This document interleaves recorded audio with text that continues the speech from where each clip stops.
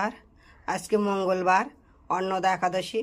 তো আমি অন্নদা একাদশীতে বন্ধুরা সাবুর পকোড়া বানাবো। তো সাবু আর আলু আর কাঁচকলা এই তিনটি জিনিস মিশিয়ে আমি পকোড়া বানাবো। তো প্রথমে আলুগুলো ধুয়ে আমি সিদ্ধ বসিয়ে দেব, সাথে কাঁচকলাও দেব। এই তিনটে কাঁচকলা নিয়েছি, সুন্দর করে ধুয়ে এগুলো আমি দিয়ে একসাথে সিদ্ধ বসিয়ে দেবো।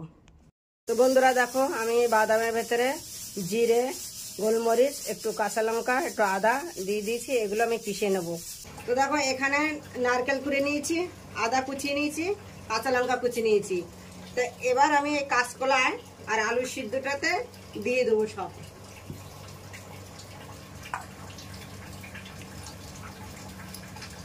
ভালো করে ধুয়ে আমি ভিজে রেখে দিয়েছিলাম, সবটা বেশ সুন্দরভাবে ফুলে গেছে। এবার এটা আমি দিয়ে দেবো। আদা ভাঙা করে গোলমরিচ নিয়ে নিয়েছি, এটা দিয়ে দেবো। এবার দিয়ে দিচ্ছি সন্ধ্যা লবণ, পুরো মাখিয়ে নেব।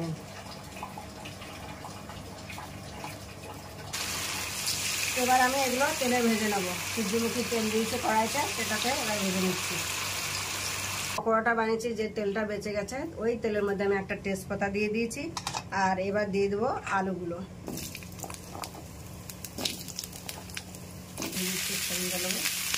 দিয়ে দিলাম সেই বাদাম বাটাটা। এবার এটা নাড়িয়ে নেব। আর এই মিক্সার মেশিন ধোয়া জলটা দিয়ে দিলাম। বন্ধুরা, বাদাম দিয়ে আলুর সবজিটা রেডি হয়ে গেছে। এদিকে সাবুর পকোড়া রেডি হয়ে গেছে। এদিকে আমি দুধটাও জ্বালিয়ে নিয়েছি, আর এখানে মৌসুমী লেবু আর শসা কেটে নিয়েছি। তো এই ছিল আজকে আমার গোবিন্দর আয়োজন।